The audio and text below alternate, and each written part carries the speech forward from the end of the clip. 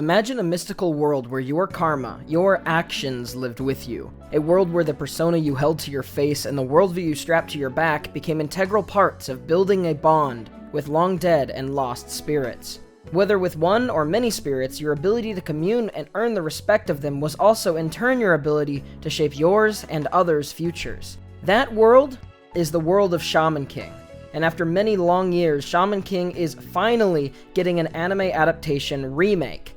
This has me beyond excited, as it has with many other people, and I hope that by the end of this video you'll be excited too. So if you'll just humor me, I want to go through the reasons that I think you should pay attention to what I consider to be an underrated classic that's finally getting its second shot in the limelight. Okay, so before I get into the specific characters and scenes and what exactly it's about, I want to set the scene first here. I am by no means trying to build an in-depth historical record of what happened in the past. There's no way that I would be able to account for the countless variables involved, but I want at least for you to see how I saw things growing up. Growing up, I had read to completion just a few series: Yu Yu Hakusho, Death Note, Fullmetal Alchemist, and Shaman King. Shaman King being the longest of those. I liked to watch Naruto on Toonami in like 3rd grade or whenever it was, but I got bored whenever I tried to read the manga. Shaman King for me was the opposite. Being 32 volumes, it was the longest manga that I had read by far, and I loved it. Rereading and rereading, looking at the art and the subtle character moments and details,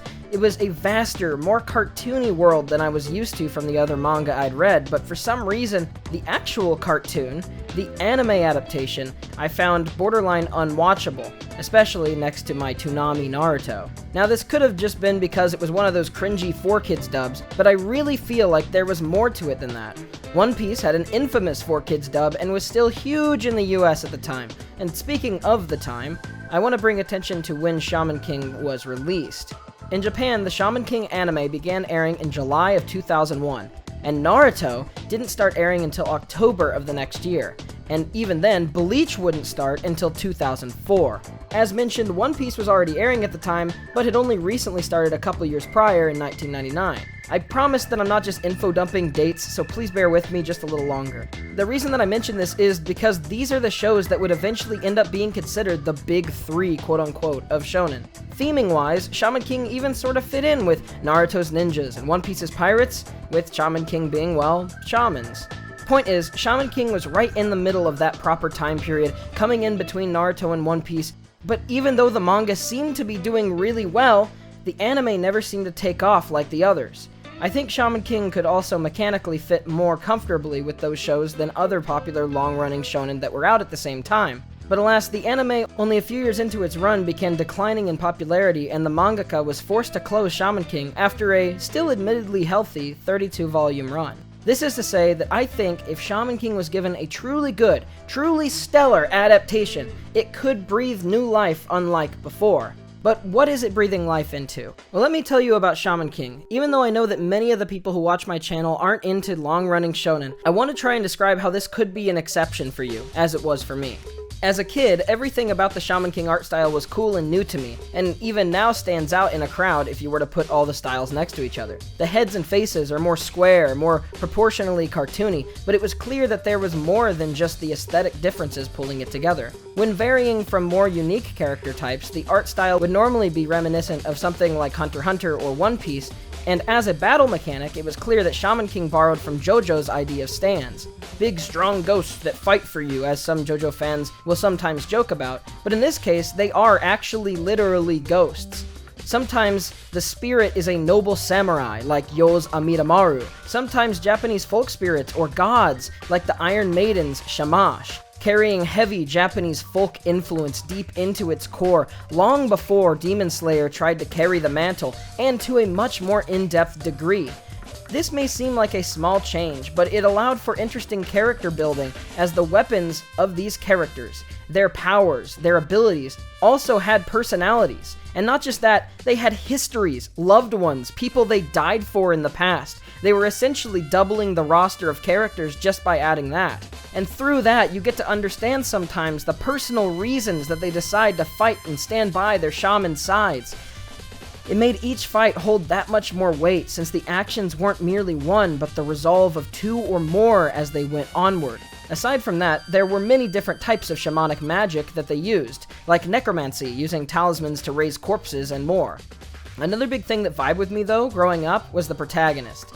The main character, named Yoh, behaves very differently from most shonen protagonists. Where normally some variant of the happy-go-lucky, dumb but very passionate and full of fighting spirit protagonist is fairly common, Yoh is very mature and laid back, having soft laughs to himself, analyzing situations before running in. His calm, mature composure gives off this sort of cool vibe that, despite being a kid, he was so much more relatable and interesting to me, as when I first read it as a kid, I hadn't met a protagonist quite like him in any series I'd watched.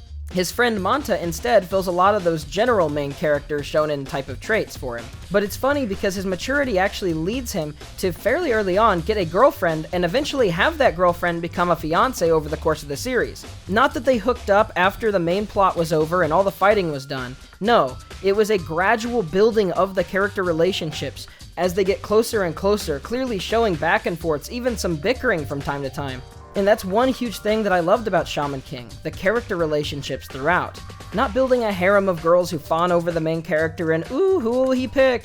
A humble relationship that started because two people met, clicked, and learned to grow and compromise with their significant other, even if some arranged marriage stuff is somewhere in there. As far as I know, this is near unheard of for a quote-unquote long-running shonen. And these slight slice-of-life breaks really give the feeling that it isn't because of the circumstances or struggle that all of the characters are drawn together, but because they all genuinely have reasons and aspects of their personalities that they can appreciate each other for, from all walks of life. So, while not being cut entirely from a new cloth, Shaman King as a series managed to adapt and weave its influences into an aesthetic and cast of characters that not only feels unique, but perhaps was one of the most major things to mesmerize me to Japan at a young age. This is the last thing that I really want to say on why this meant so much to me and why exactly I would be willing to make a video like this in the modern day to hopefully garner more interest for the remake. Shaman King didn't mesmerize me to anime and manga, it mesmerized me to Japanese culture.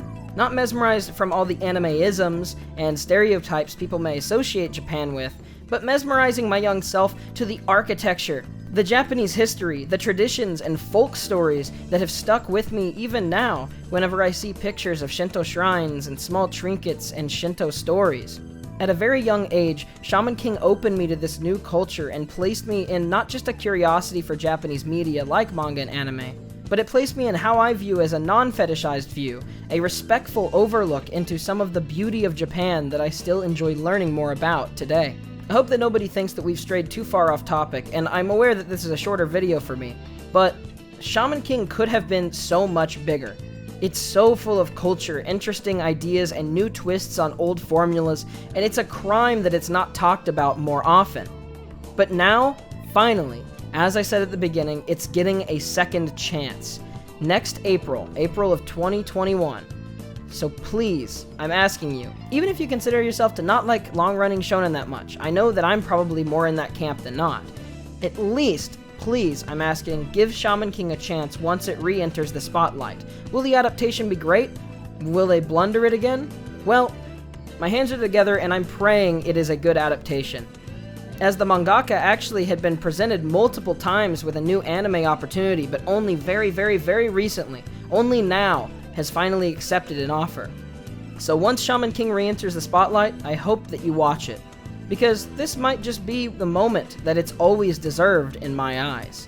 It's currently slated to start airing April next year, so I hope that you all mark your calendars. And, I'm going to say it, there will be a new video next week. I'm sorry about my awful upload schedule recently. Aside from that, I also want to mention, as we're ending here, that I will be starting a blind playthrough of Danganronpa 2 very soon on my Twitch channel. Please check that out if you are interested. And thanks again, of course, to The Single Way Out, Kamui, Joe Leiden, Sachi Komine, Whizbang2093, Dolphinos, Frillneck Lizard, CJ Sam Lloyd, Jose Ramirez, Josh Young Mozart, and all of my other patrons for continuing to support me. Please help me surpass my friend Evanito by following me on Twitter, and more so than recently, I hope to see you all soon. はあ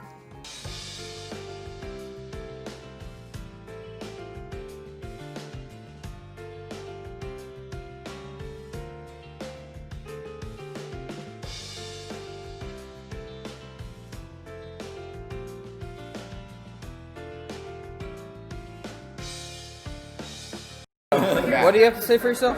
I love hiding in public. Subscribe to him. And maybe subscribe to me.